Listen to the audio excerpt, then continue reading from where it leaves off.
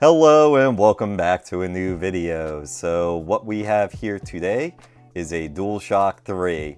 Now the specific model number on this one is CECH ZC2U A2. So this is a later revision.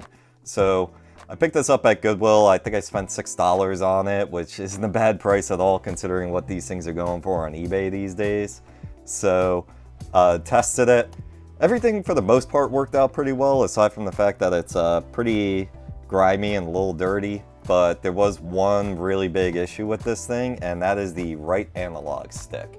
And what's going on with it is it has a stick drift issues. So what we'll be doing in this video is we'll definitely be giving this a nice clean and reconditioning, but we're going to be replacing this analog stick. Now there is one other issue with it, and I think a clean will solve it, but the start button also needs to be pressed real hard for it to register. But I think with how sticky this controller is, it probably has more to do with the dirt inside than anything. So I think a clean will take care of that.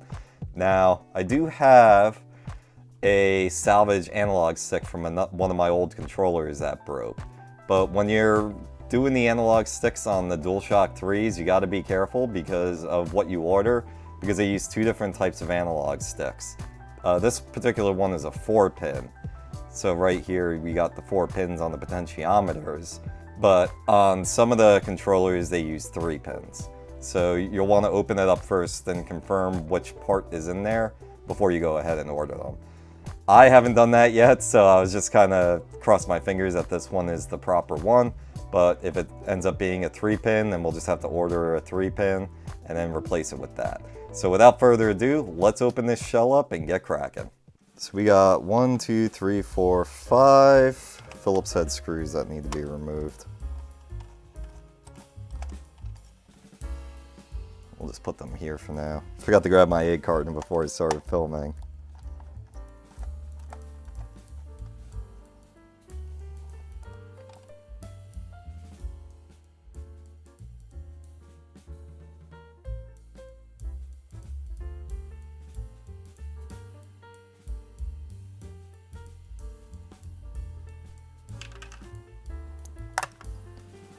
And how I usually do is I just gently squeeze down here on the bottom. It should just come off.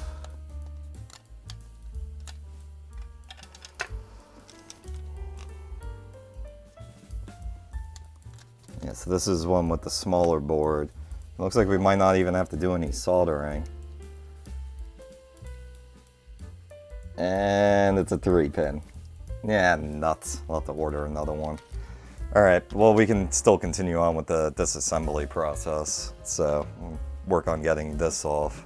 I think I said it with the last DualShock video, but with the age of these things, I never expect these batteries to work, so we're just going to replace it, so I'm not worried about damage. Into the parts bin that goes. Alright, and then there's one other screw to remove here.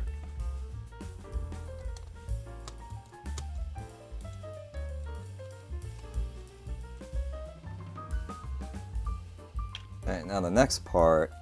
Now on the A2s and I think most of the A1s model numbers is this whole thing is held in with that screw and then 2 clips on each side of the motors.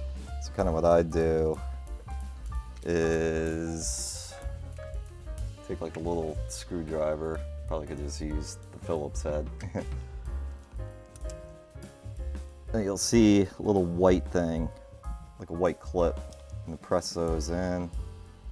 It should release.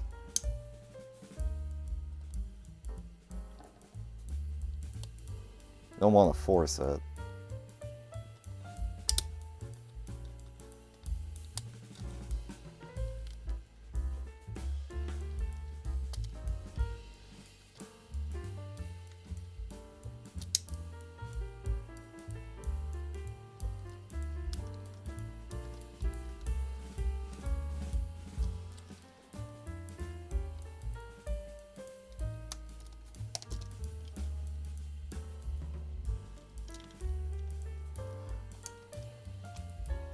Gently lift it out.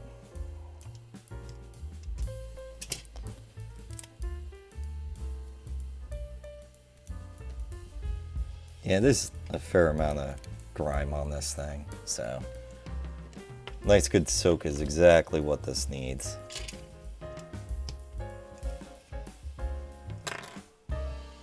And we'll just put that aside for now.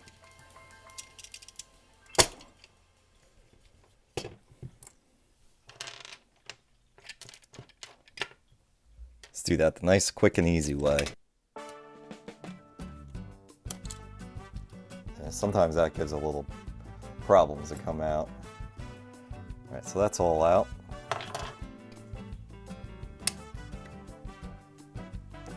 That just comes out as I shoot it all over the place. And then the triggers.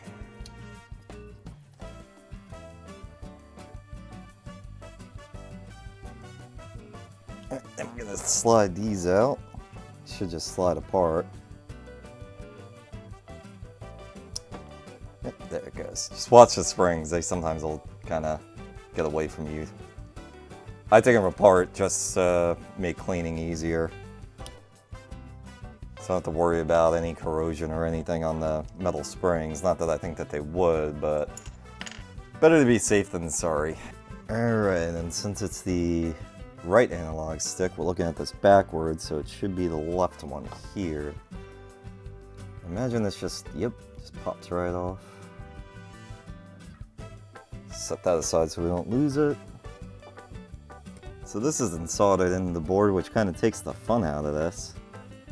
So looks like if we just bend these tabs back, it should release. Which actually will make this job a lot easier for the layperson doing this at home.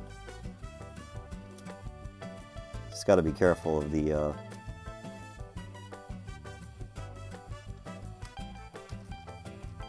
cables and whatnot. You don't want to damage that.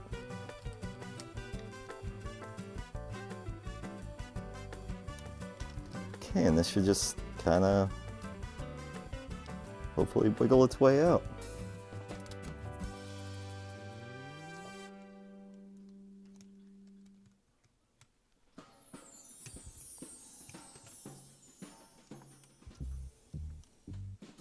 Keyword was hopefully on this one. Maybe it just needs a little more convincing.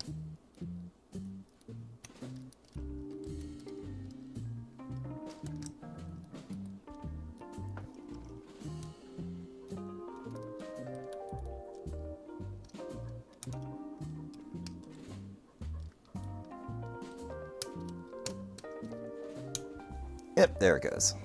Yeah, so that wasn't too hard to get out of there. Actually, much easier than desoldering from the board, like what I had to do with the 4-pin. But, yeah, just a little bit of a convincing with ye old screwdriver and popped right out.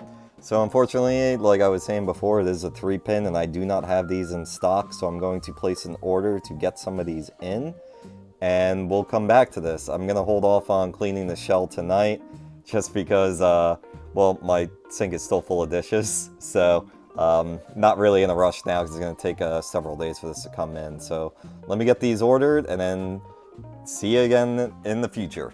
And it's been a few days now and we are back. So I got the new thumbstick in. It's this one right here on the right, and this one's the original one. Now before we go any further, I just kind of wanted to show off the one that I bought here.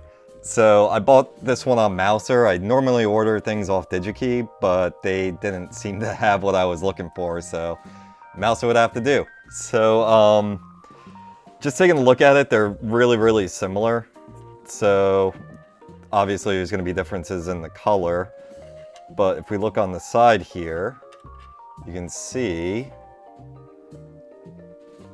that they're both manufactured by Alps. So I'm pretty confident that this one's going to be a pretty good replacement.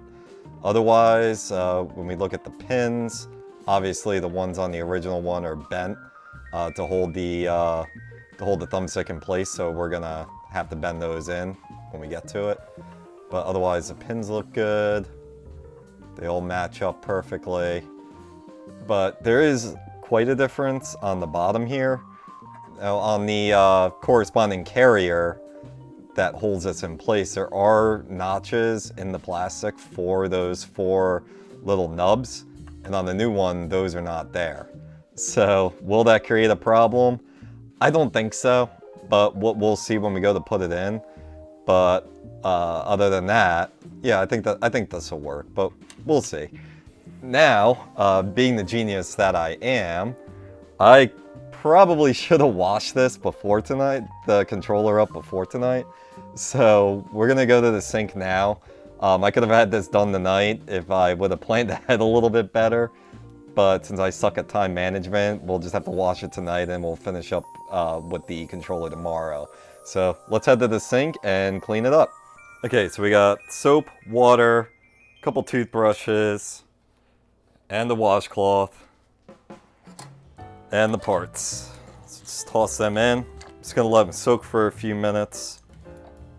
But otherwise, we'll just kind of breeze through this. I mean, everybody's seen me do this a number of times in my videos, so it's pretty self-explanatory. Soap, water, clean, let it dry for 24 hours or until it's dry, put it back together. So let this soak for a few minutes and then we'll just breeze right through this.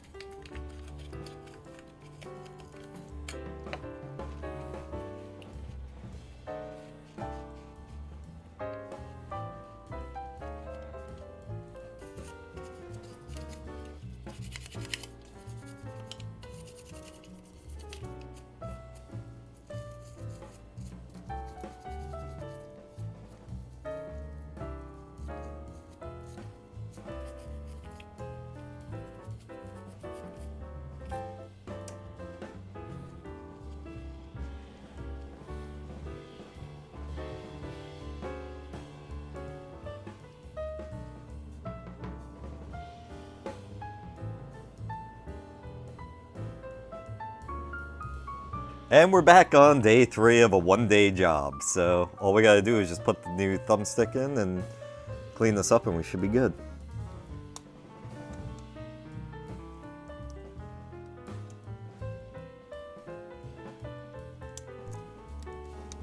If it wants to go through.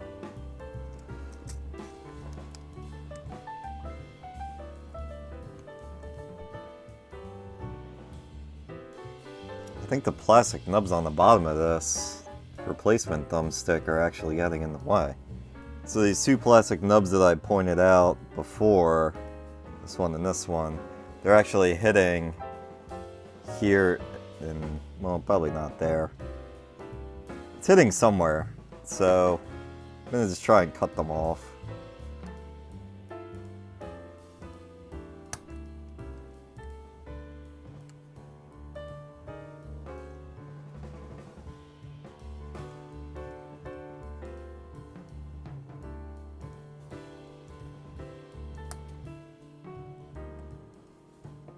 There they go. Let's see if it'll go in now.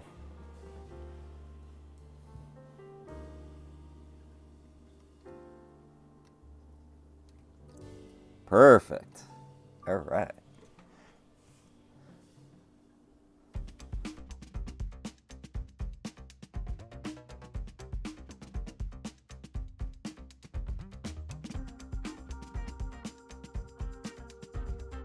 Now we gotta just put the ribbon cable, or the ribbon, or whatever this is called, back in. And then we have a little rubber stopper. It's also gotta go back in. Hold it all in place. Although, actually it looks like this is still sticking up a little bit.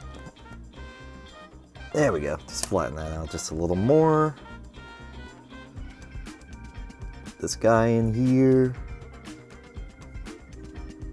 And we'll just finish cleaning up the rest of this and put it back together. And then test it and make sure this all works.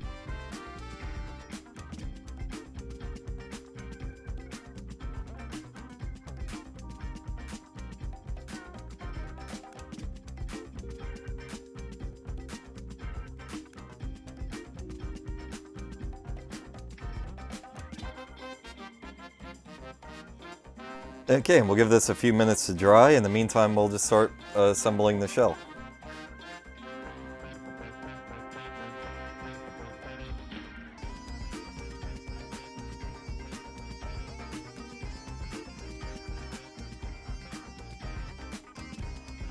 These buttons all can only go in one way. You can see that they're all notched. So it's literally impossible to screw these up. Pretty much every controller is like that.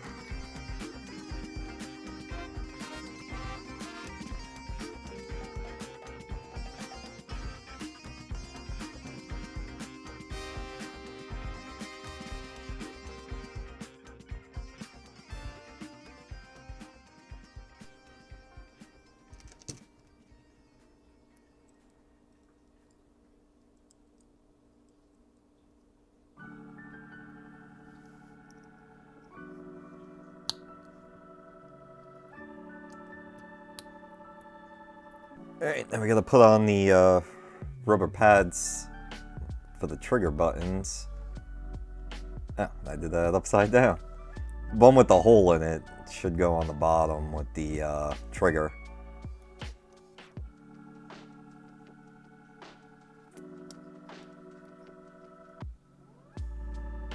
It's like notches and stuff, you can't really mess it up. I mean, I guess supposedly you can put them in upside down, but you'll pretty much know immediately if you start to use the controller and then it just feels weird.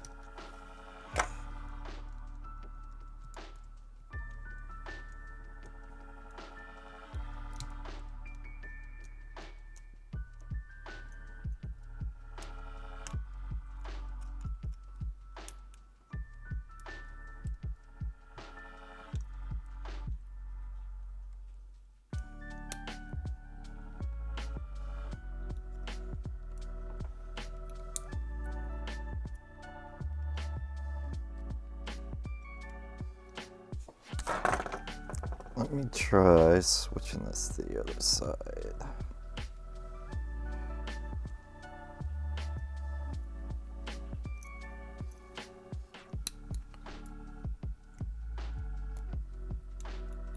Yeah, that feels better.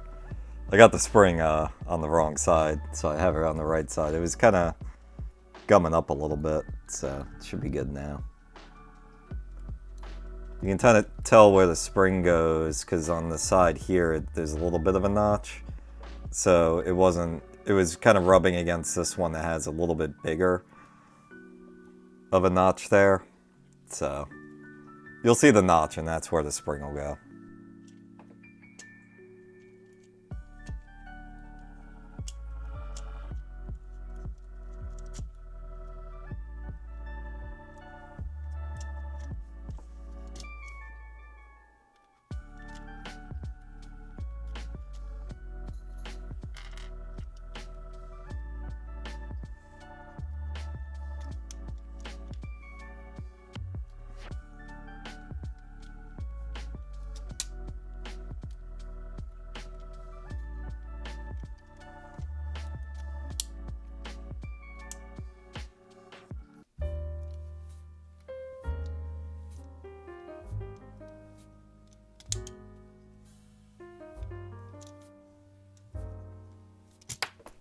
Ugh, damn it.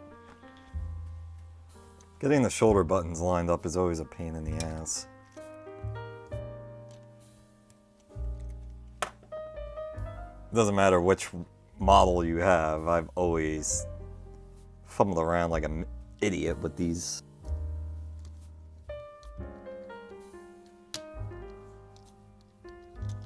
There we go.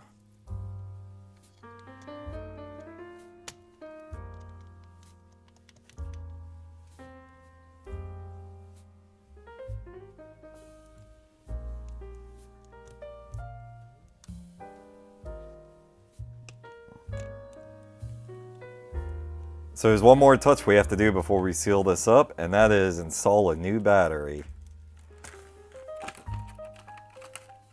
So basically, given the age of these controllers now, the lithium-ion batteries are pretty much almost always going to be bad. So They're real cheap on Amazon. I think I spent $10 for 2 of them because I had another controller I was reconditioning. So, I mean, it's worth doing. But I'll point out in a minute if this one will actually go in. There we go. That they don't make batteries for all the models of controllers. Like this one has plastic pieces on it that go into grooves here. This one does not, so it kind of just floats around. So does make getting the shell on a little bit more awkward. But the other thing I always worry about too is as it's vibrating, it's kind of moving the battery around. And last thing you want to do is to have that kind of wear through. So I'm gonna see where it touches. Actually, looking at it here, it's not rubbing on any of the chips. So I think we're gonna be golden. Actually it does look like it's rubbing over here. So we'll just take a piece of tape. This is double-sided tape, so it'll stick.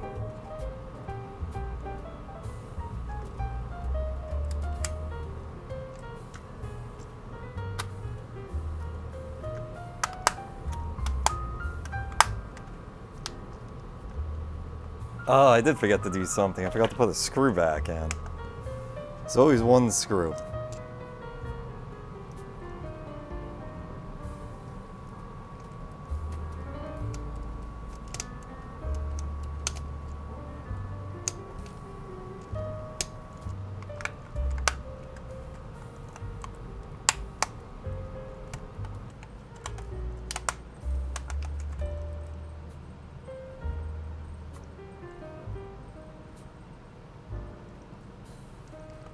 Something ain't right here.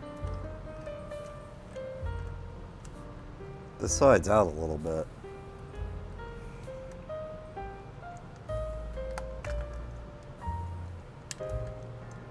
Yep, that'll do it.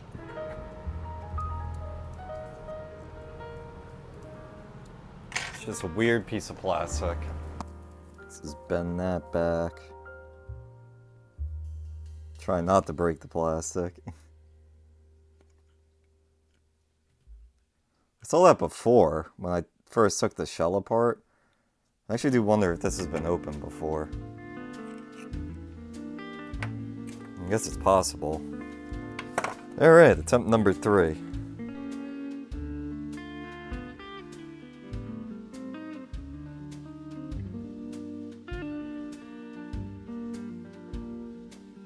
Okay, that looks much better.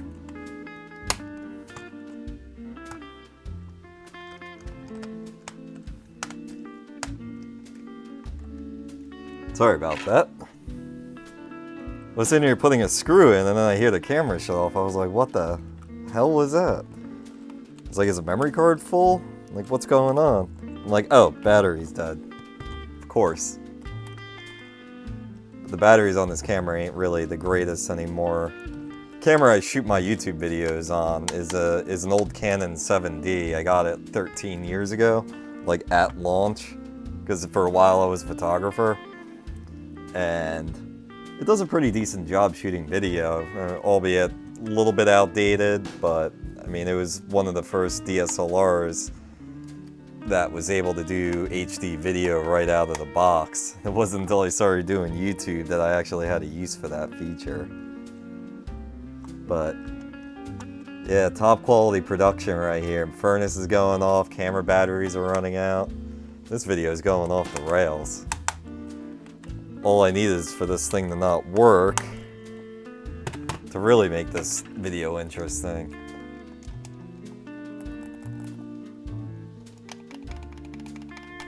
Everything feels good at least, so hopefully I don't have to go back into it. Alright. Alright, so it does seem to work. My PS3 actually just turned on, so let's move the let's move on over to my TV because I don't have a test PS3, and we'll see how this thing works. We'll just go into the campaign. Who cares? What mission do we want to? So far it seems to be working, at least the D-pad, the X button. Alright, thumbstick's working pretty good. No stick drift issues.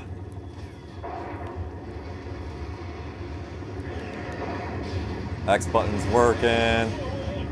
Circle. Square, R1.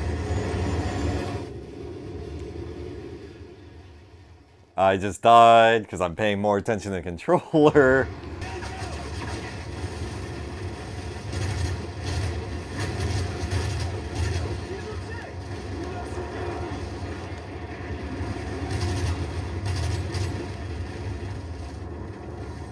We're taking heavy fire! Get that MG down now!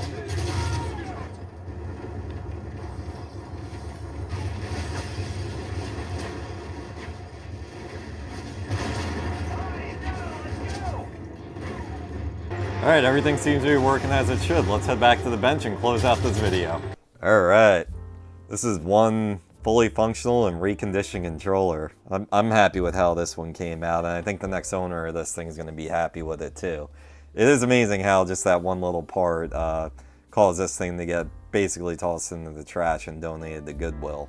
But just for a few bucks and no soldering, just pretty much with a Phillips head screwdriver, we were able to basically replace that thumbstick, and now it's fully functional, fully working, and this ended up being a pretty easy job for the most part.